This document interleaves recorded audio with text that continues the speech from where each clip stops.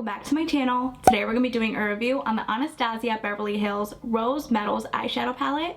If you do want to see a review and a demo, then please keep watching. As a huge favor, if you like this video, give it a thumbs up and comment anything down below. I greatly appreciate it. I read all the comments and I'll do my best to reply back. This palette retails for $55 at Sephora, Anastasia Beverly Hills, and Ulta Beauty. I do want to read a little bit about this palette on Sephora's website. An all-in-one palette for on-the-go to ultra glam looks. Here's a closer look on what the packaging looks like. It says Anastasia Beverly Hills. There's nothing printed up at the top. Same thing on the side of the packaging, there's nothing there. Same thing on this side, there's nothing. On the back, you have a little description, a picture of all the shades included. This palette has a 12-month shelf life and it was made in the USA.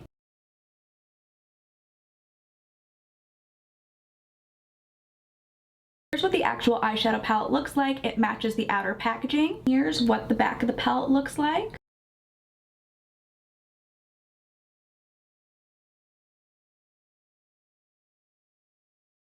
We lost the little insert, but that's fine. It comes with a mirror. Oh no, it looks like one of my shadows are broken, but that's fine. Here's what all 12 shadows look like. We lost the shadow in Rose Fire, but that's totally fine. Let's start off with the first shadow in the palette. This shade is called Rose Quartz. Very soft in the pan. Rose Quartz is described as a metallic pink champagne with sparkling reflex. Let's blend this out. Here's what that shade looks like. The next shade is called Royal.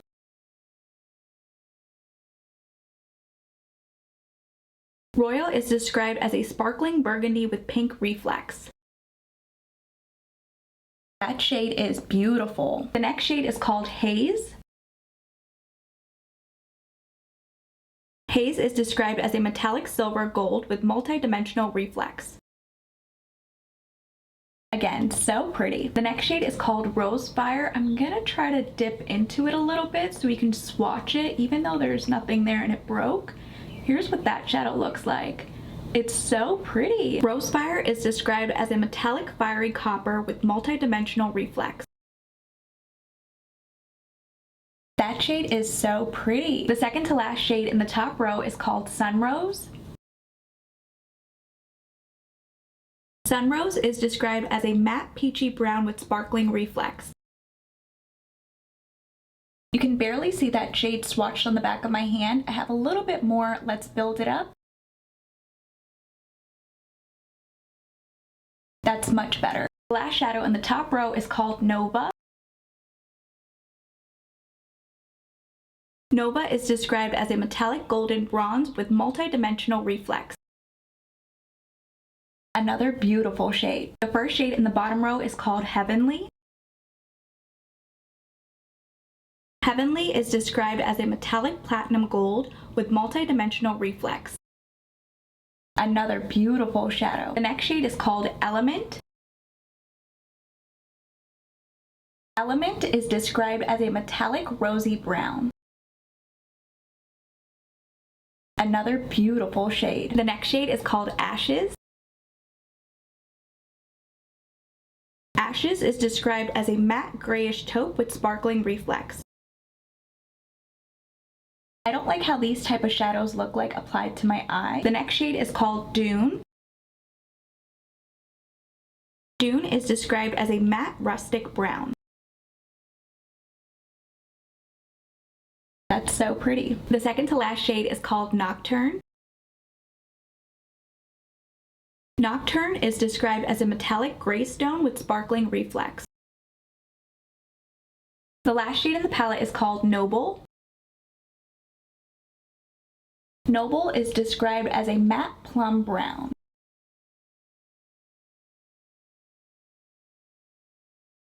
Here's what all 12 shadows look like swatched on the back of my hand.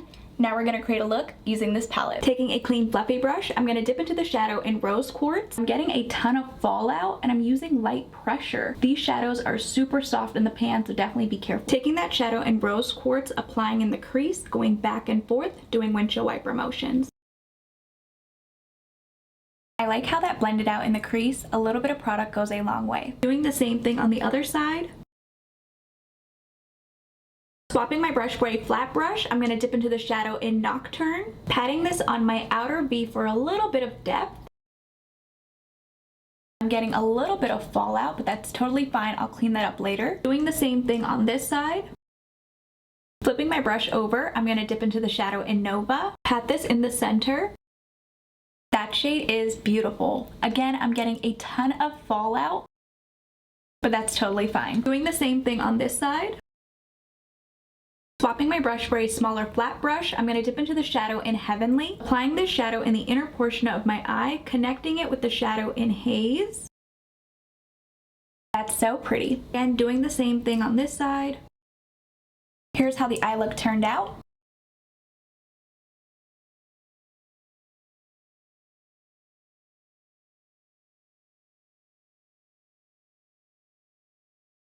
I'm going to clean the fallout underneath my eyes and I'll be right back. For mascara, I'm going to apply the Ilia Limitless Mascara.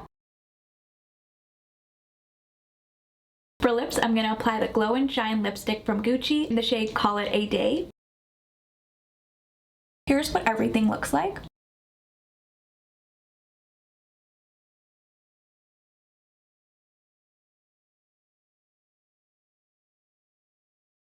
My final thoughts on the ABH Rose Metals palette is that I like the color story, I just don't like the formula. For $55, there's a ton of kick up. The shades in this palette aren't unique at all. I can find similar shades in another brand. ColourPop, for instance.